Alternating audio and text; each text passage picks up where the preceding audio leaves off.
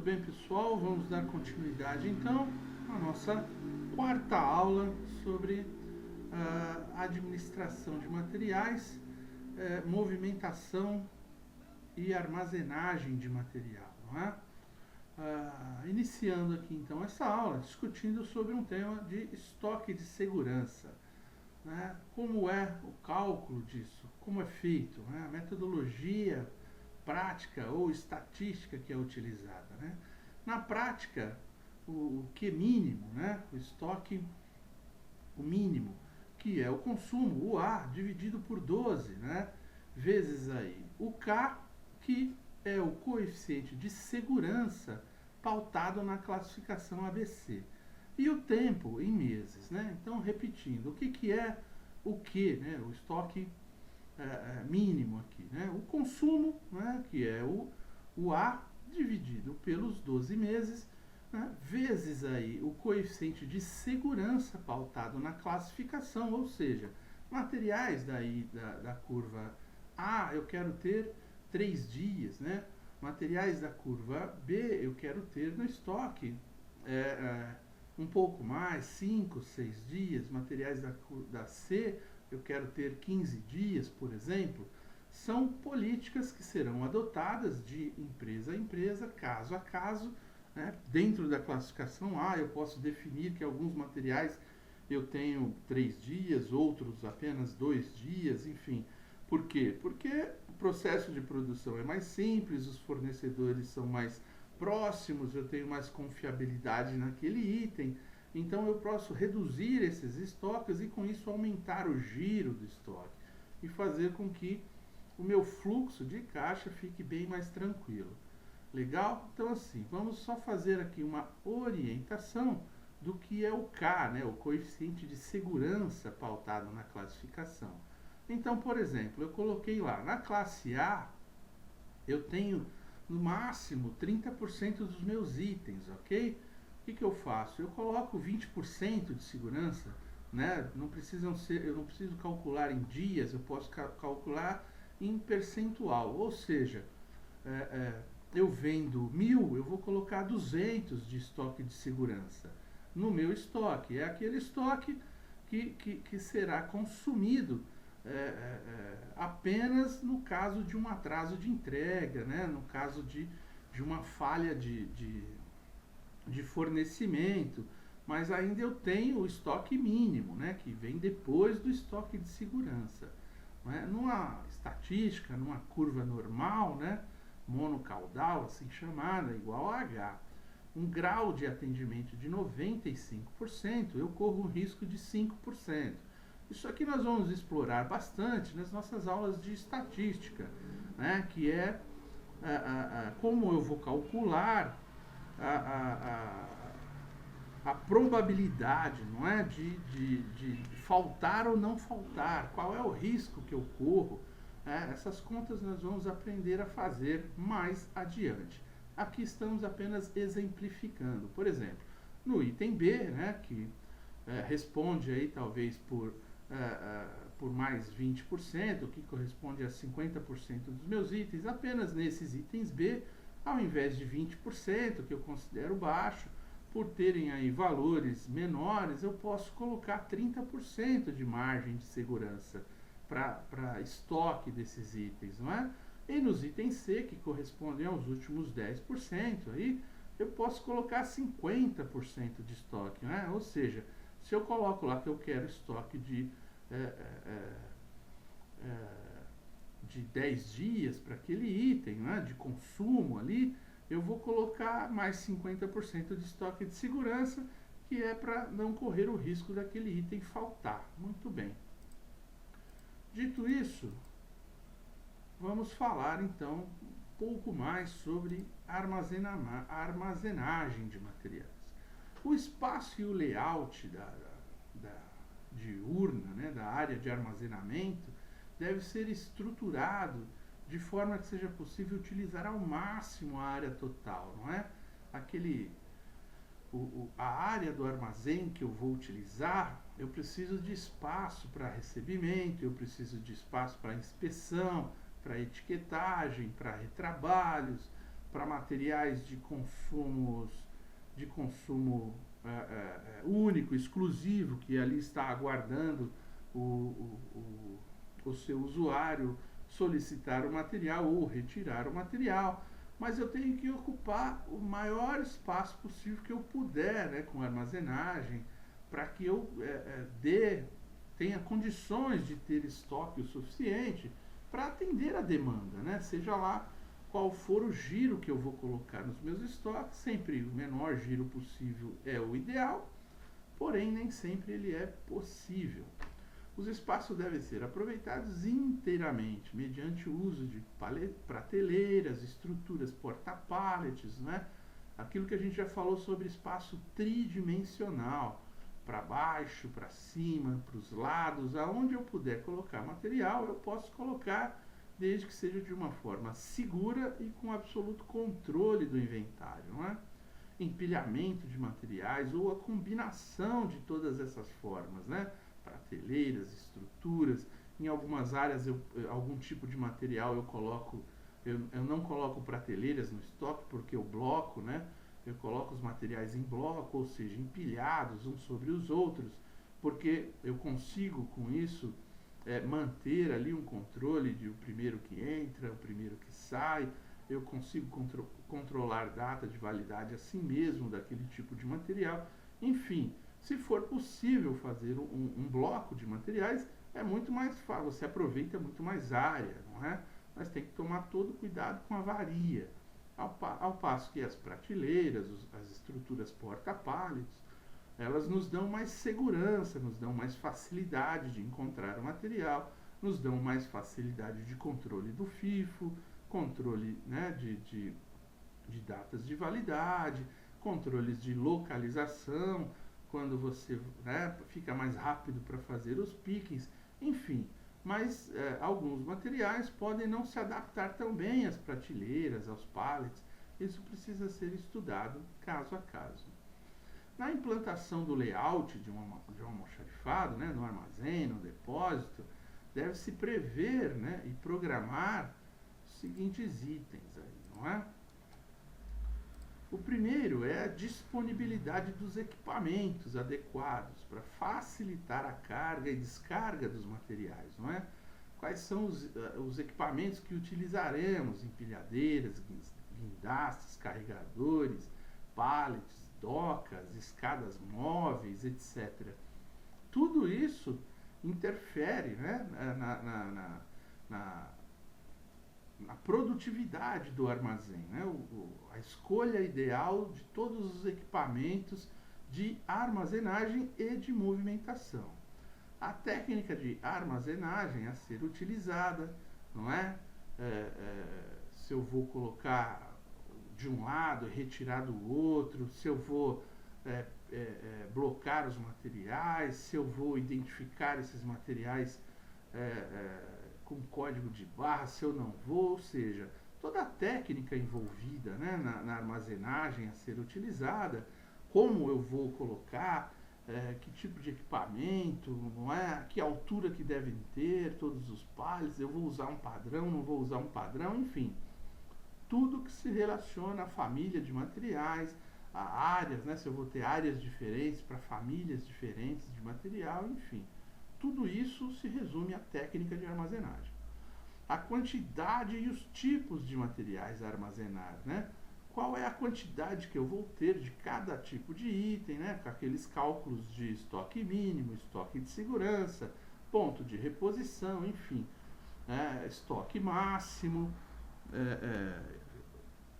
Isso tudo vai contribuir aí, né? Para que eu planeje com sucesso, né? Que eu faça um planejamento vencedor aí na minha área de armazenagem e movimentação. Os espaços das portas devem ser suficientemente largos e altos, né? As portas que existem dentro dos armazéns, para eu passar de um galpão para outro, ou para eu passar de um ambiente para outro, né? Sair do ambiente de armazenagem e ir ao ambiente de separação e carregamento de veículos, ou para a produção, eu tenho que ter altura suficiente para passagem das empilhadeiras com os garfos ou com os pallets, porque eu posso ter para alguns materiais o padrão do pallet aí exigido por supermercados, por exemplo, né? De 1 por 1,20 por 1,60. Porém, eu posso ter na minha armazenagem aqueles produtos que vão direto para outras empresas, outras companhias, que eu posso colocar em até pallets de 2 metros de altura, enfim. Isso tudo depende do produto, do cliente, do mercado, de tudo que envolve a situação do mercado dessa empresa. Os espaços das portas, como já falamos, largos e altos. A altura da plataforma de desembarque, de forma a facilitar a carga e descarga, em conformidade com a altura dos veículos, não é isso? Então, todos os caminhões aí, né, os tocos, os truques, as carretas, sejam baús, sejam carrocerias, sejam graneleiros, eles têm uma altura padrão. E essa altura padrão, não é? É a altura que nós devemos construir as docas. As docas devem ficar a essa altura. Eu não me lembro agora a altura, se é 1,20 ou 1,40, mas enfim, é uma altura padrão, né, que deve ser levantada, e as docas, se elas tiverem essa altura, você vai atender praticamente todos os veículos. É óbvio que no caso de vans e combis e os caminhões menores, né, os 3/4, os Volks aí, talvez eles não se encaixem nessas plataformas. Talvez você tenha que ter plataformas específicas para esse tipo de caminhão. Tem aqueles caminhões siders também, que são carregados lateralmente. Talvez você tenha que ter alguma plataforma prevista para esse tipo de caminhão. Enfim, pensar nisso tudo, né, quando você for desenvolver uma área de armazenagem, de expedição, ampliar, né, projetá-la, enfim, ou até mesmo manutenção, modificá-la. Outra coisa importante nesse planejamento é a resistência do piso, né, suficiente reforçado ali para movimentação de equipamentos. Lembre-se, às vezes você faz um piso para aguentar um determinado peso, só que uma empilhadeira, né, que já pesa muito por causa do lastro ali do peso, para ela não tombar, ela ainda vai carregar o material pesado. Então, assim, às vezes o peso ele vai aumentar bastante. Se você não tiver um piso confiável, isso vai gerar mais manutenção, isso pode gerar mais acidente, né? Uma empilhadeira, ela não tem tanta mobilidade, tanta flexibilidade, né? Se ela torcer muito, ela tomba, e aí são acidentes irreparáveis, né? E muitos deles, acidentes com empilhadeiras, envolvem aí acidentes fatais, né? Podem levar aí a graves acidentes. Muita atenção. A altura máxima permitida para as pilhas, não é? Quando eu vou blocar material, qual que é a altura máxima, né? Como que eu posso colocar o material até um ponto que esse material não comece a envergar, não é? A curvar ou amassar os que estão embaixo. Isso tudo geram riscos aí de acidentes. E avaria de material também. Fluxo de trânsito dos materiais em veículos transportadores. Como será o fluxo, né? O ideal é que cada corredor tem apenas um sentido, não é? Ou seja, como as ruas de bairro. Você, para chegar em determinado local do almoxarifado, talvez você tenha que dar uma volta no quarteirão ali dentro do armazém.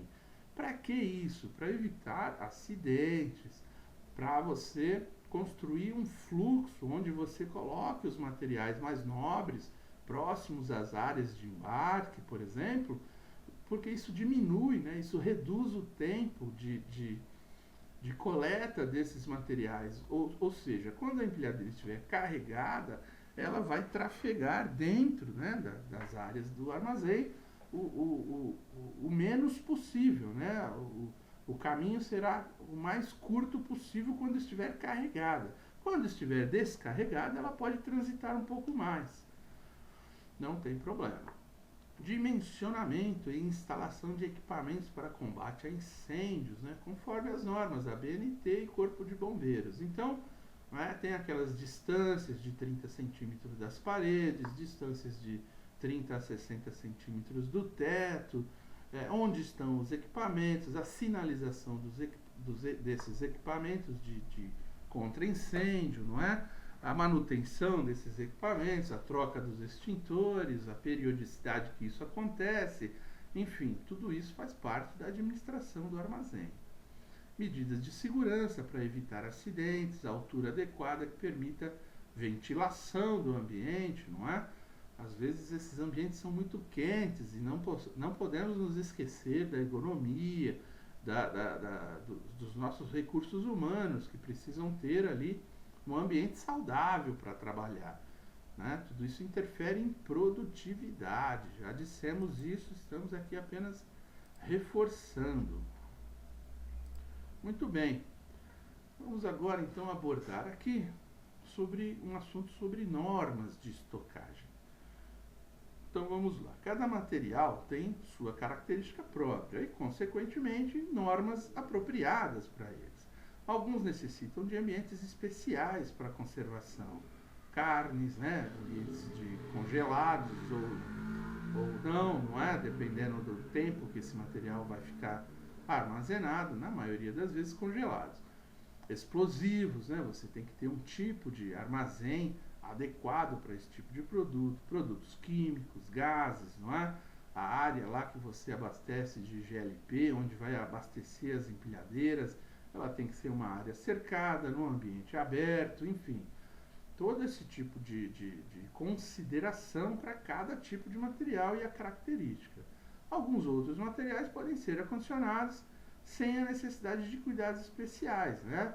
Mesmo assim, é fundamental que sejam respeitadas as características de cada material, né? Produtos que podem ser inflamáveis, produtos que não são inflamáveis, enfim.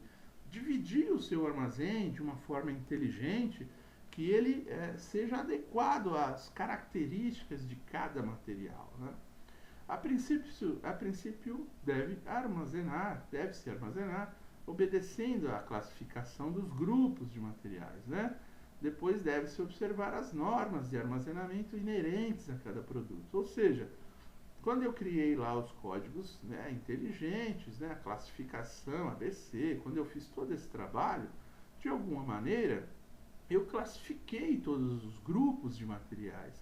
E normalmente esses grupos são mais comuns do que parece. Então isso propicia que a área de armazenagem, né, de produtos de grande fluxo possa ser ali utilizada, né, por todos eles com pequenas observações inerentes a cada produto, né? A observação,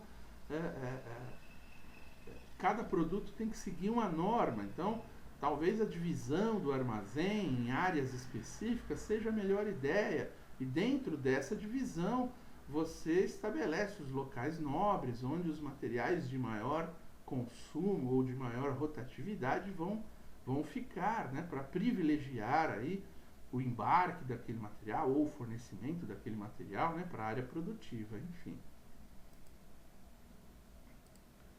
Muito bom. Então, junto com esse processo de normas, vamos falar um pouco sobre transportabilidade dos materiais, né? Qual que é o tamanho do material? O comprimento, a largura, a altura, não é? Mais uma vez, isso aqui implica em área adequada, em equipamento adequado, né? Na mão de obra especializada, né? O tipo de controle, o tipo de sistema, tudo isso interfere na administração dos materiais, né? Na movimentação e na armazenagem. Peso ou densidade, né? O peso por unidade ou por volume de unidade, enfim. O volume às vezes é muito importante, né? Você tem um material lá que ele é um material da classe C, mas ele é muito volumoso. Então o que você faz? Você controla melhor os estoques desse item, classificando ele manualmente como um material de curva A. Mesmo que o valor dele não seja importante para o faturamento ou para o custo do estoque, mas ele é importante no volume, porque ele é um material trabalhoso, que exige um pouco mais de cuidado. E por isso é importante que ele tenha uma administração de classificação A e não de classificação C. a forma, né? O material pode ser achatado, comprido, quadrado, compacto, irregular, né? Materiais aí que não têm uma forma, né?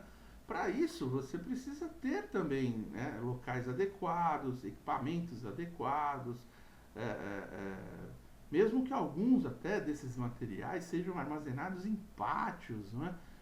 Se for no pátio, qual é o material mais adequado para movimentação no pátio, né? Como será feito o controle, que tipo de equipamento vai circular nos pátios para movimentar esse tipo de material, né? Tudo isso existe aí uma maneira de administrar, uma forma em pensar, né, quanto à transportabilidade.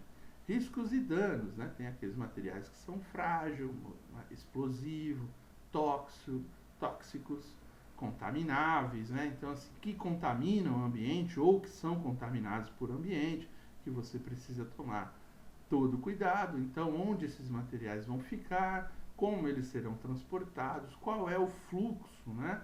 Qual é o caminho crítico que esses materiais devem fazer dentro da fábrica. Por exemplo, você não vai passar numa área onde haja uma grande concentração de pessoas com explosivos, né? O que você faz? Você faz um caminho externo, né? Ou um caminho por corredores que passam por locais longe de onde haja aglomeração de pessoas, né? Tudo isso para evitar qualquer tipo de acidente, né? Qualquer tipo de problema.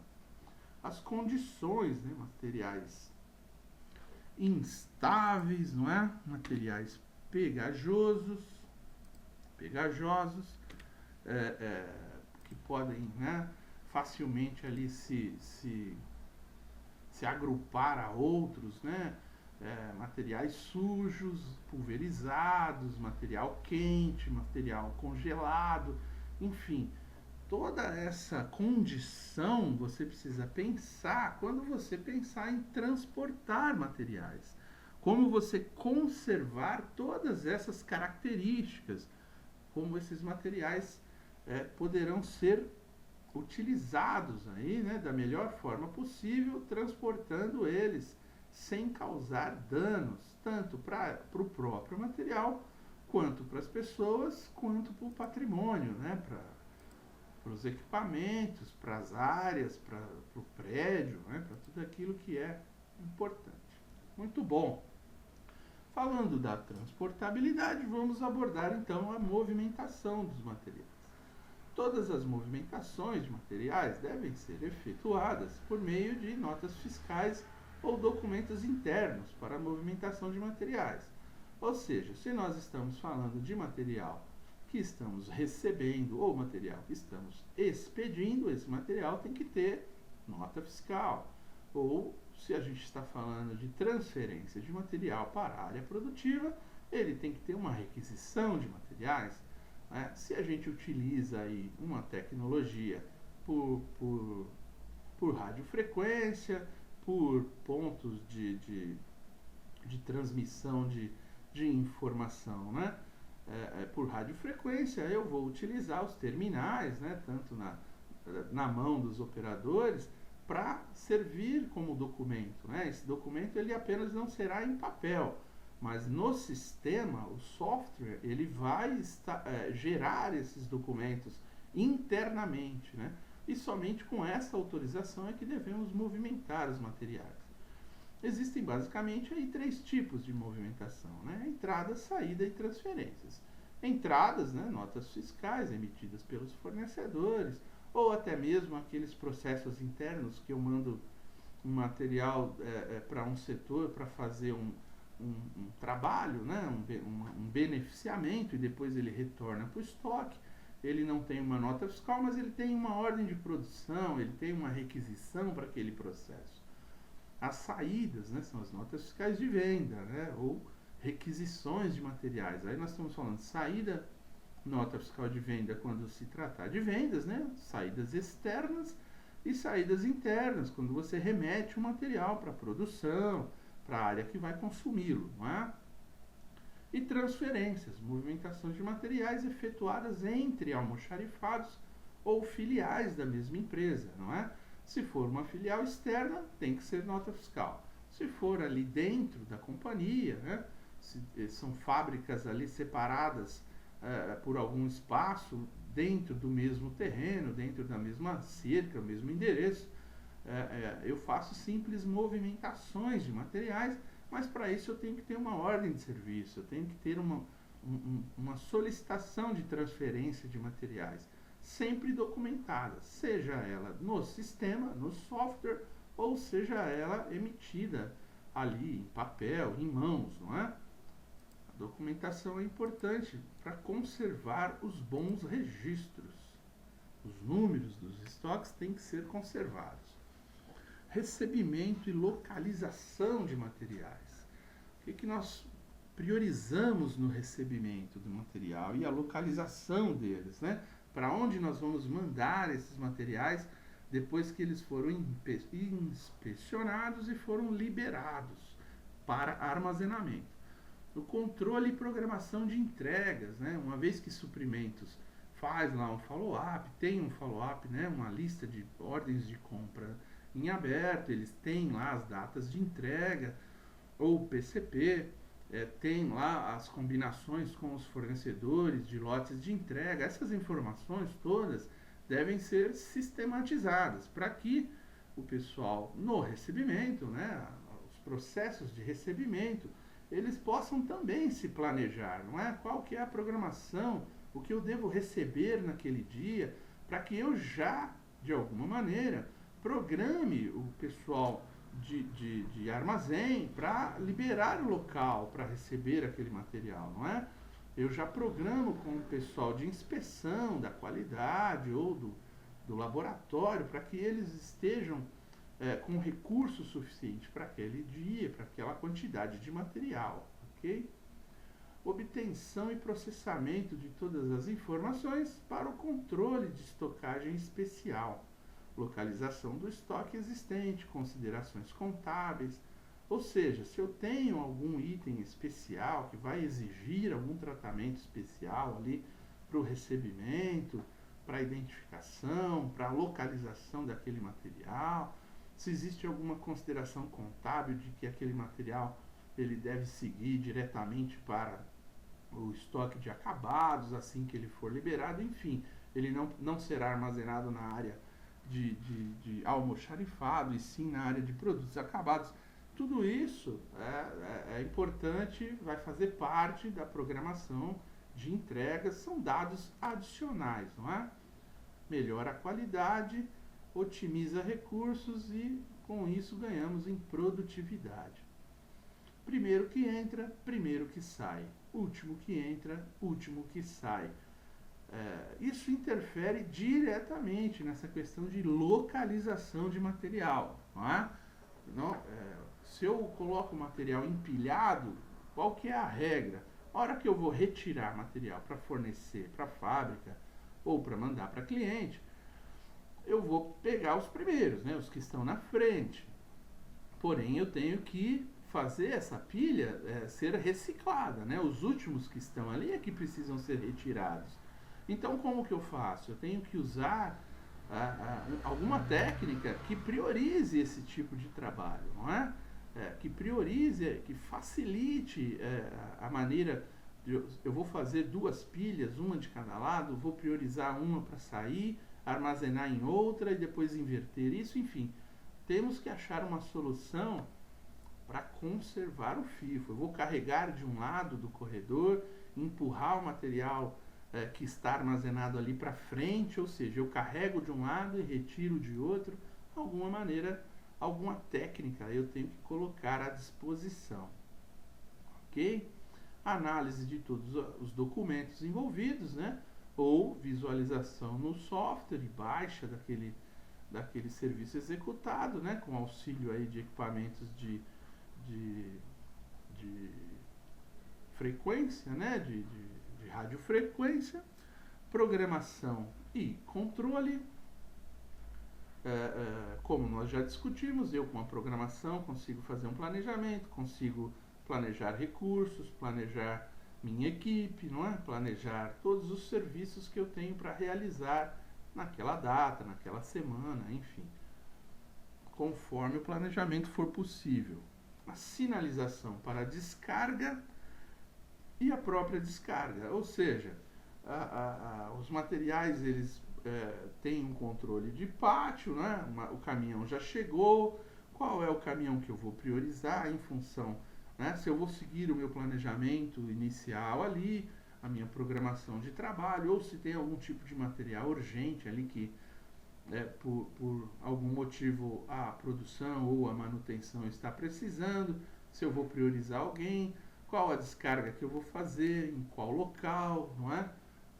Quanto tempo de descarga eu posso, eu vou padronizar para cada tipo de veículo, para cada tipo de material, cada tipo de equipamento envolvido, não é? Tudo isso faz parte do recebimento e da localização de material. Planejamento. Planejamento é fundamental. Ok, muito bom. Recebimento e localização de materiais ainda, especificações técnicas, né? Conferências das especificações pedidas e as recebidas, ou seja, o material vai ter lá uma especificação técnica que talvez ali no próprio recebimento eu já possa fazer, utilizando ali materiais mais equipamentos, né, de simples assimilação ali para medir a altura, largura, comprimento, enfim, dureza em alguns casos, enfim. Mas se for algo um pouco mais complicado, essa conferência, eu vou precisar do auxílio aí do laboratório, né, do departamento de qualidade, né, das pessoas envolvidas com esse tipo de trabalho. A qualidade dos materiais, conferência física ainda do material recebido, certo? Qualidade, eu vou verificar aí, né, a qualidade externa do material, como esse material está fisicamente, né, se tem arranhão, se tem amassado, se tem quebra, né, se está rasgado, se está sujo, enfim. A conferência física mesmo, né? Quantidade, né? Contagem física ali do material, né? Se for um material muito pequeno, eu vou pesar um para saber o peso de um e depois pesar todos e fazer uma conta aí de multiplicação para saber se a quantidade está dentro do esperado, né? Qual é o limite de erro que eu posso admitir para aquele tipo de material, se é que eu posso admitir algum, né? Isso em material a granel, por exemplo, né? 2% ali de material a menos ou a mais, é possível que aconteça. Então, pode existir algum tipo de tolerância, né, nessa conferência de quantidade. De amostragem, quando for inviável a contagem 1 a 1, não é? É isso, como a gente falou, às vezes eu vou receber 1000 itens de determinada coisa, eu não vou conferir, abrir a caixa de todos os 1000 itens, não é? Eu vou fazer uma amostragem, eu vou fazer ali, usar a estatística, né? Poxa, de cada 100 eu vou conferir um, de cada, enfim, não importa. Uma contagem que eu vou utilizar, é óbvio, de acordo com a normalidade de fornecimento, quanto mais eu considerar aquele fornecedor como um fornecedor que ele já faz uma pré-inspeção, né, na planta dele, e quanto menos erros eu encontrar daquele fornecedor com o passar do tempo, esse número, né, de amostragem ele vai aumentando também, porque esse torna-se um fornecedor confiável. Vamos ver o preço, se o preço está lá, de acordo com o pedido de compra, né? A ordem de compra eu vou abrir no sistema para conferir com nota fiscal, conferir com dados do fornecedor, conferir preço, condição de pagamento, conferir tudo que está no pedido de compras, ali na ordem de compras que eu abri, o saldo que eu tenho na ordem de compra, para conferir, né, se bate tudo com a nota fiscal que eu estou recebendo ali. O prazo de entrega, não é? A conferência, se o prazo está dentro do estabelecido, se eu tenho pedido em aberto para aquilo, se eu tenho pedido em aberto só mais para frente, por que aquele material está chegando, não é? Se ele está fora do prazo, se eu devo receber ou não, se eu devo devolver, né, esse material para o fornecedor, porque não chegou ainda a data de entrega, enfim. Tudo isso está como responsabilidade na área de recebimento ali, né? O conferente vai realizar todo esse trabalho. Ok, muito bem.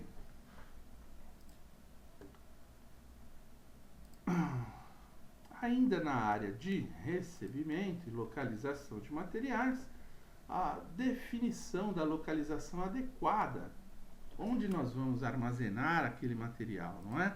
Já existe um padrão, o próprio código do material já indica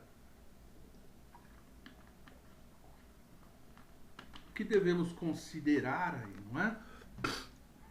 Então tem o volume da mercadoria, o espaço disponível que eu tenho, a resistência, né? O tipo de mercadoria, se é um material que exige algum tipo de armazenamento especial, o número de itens que eu estou recebendo, né?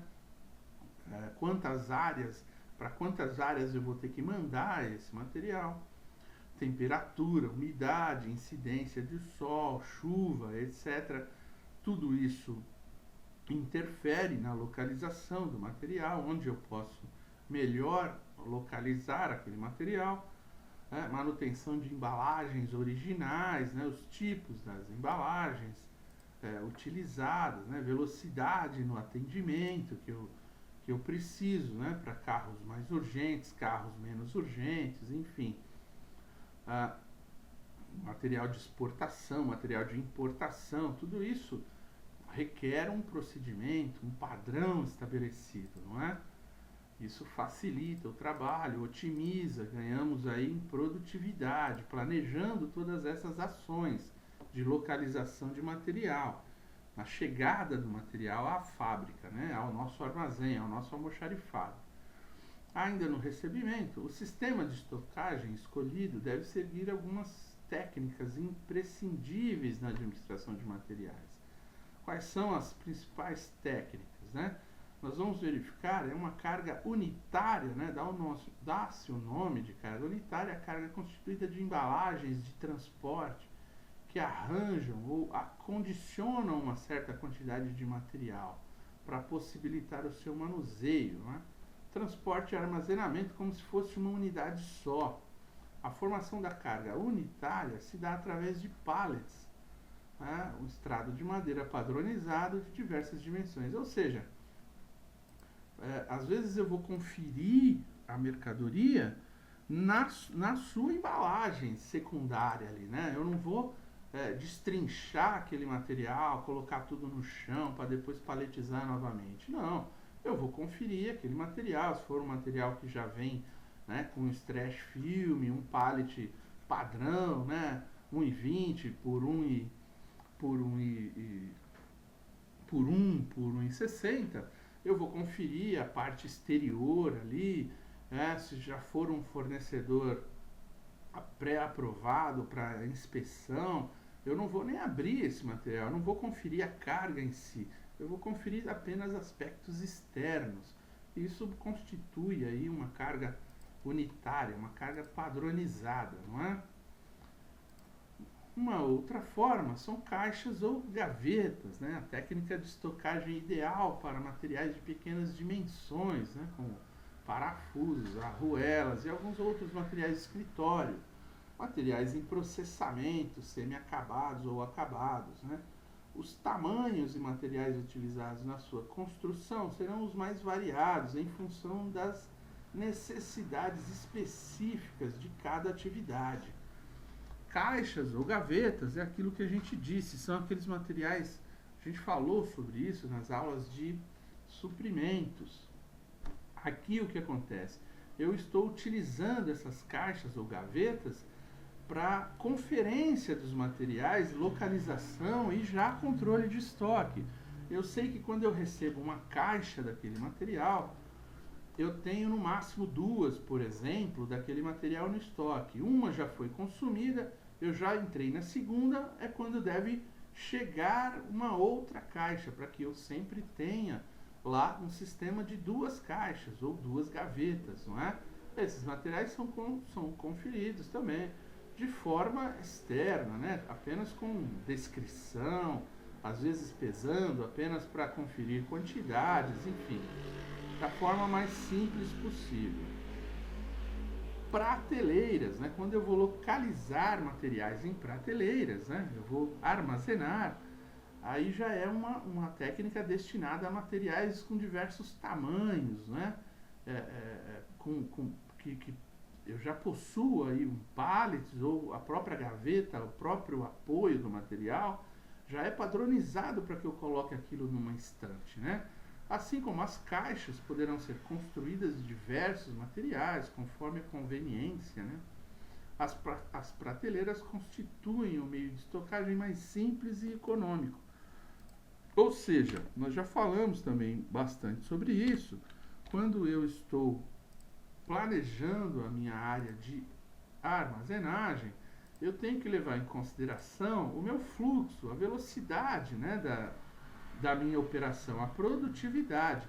Isso faz com que eu leve em consideração que as prateleiras são as formas mais práticas de trabalhar, não é? As formas mais rápidas, a forma que eu mantenho o armazém mais organizado possível.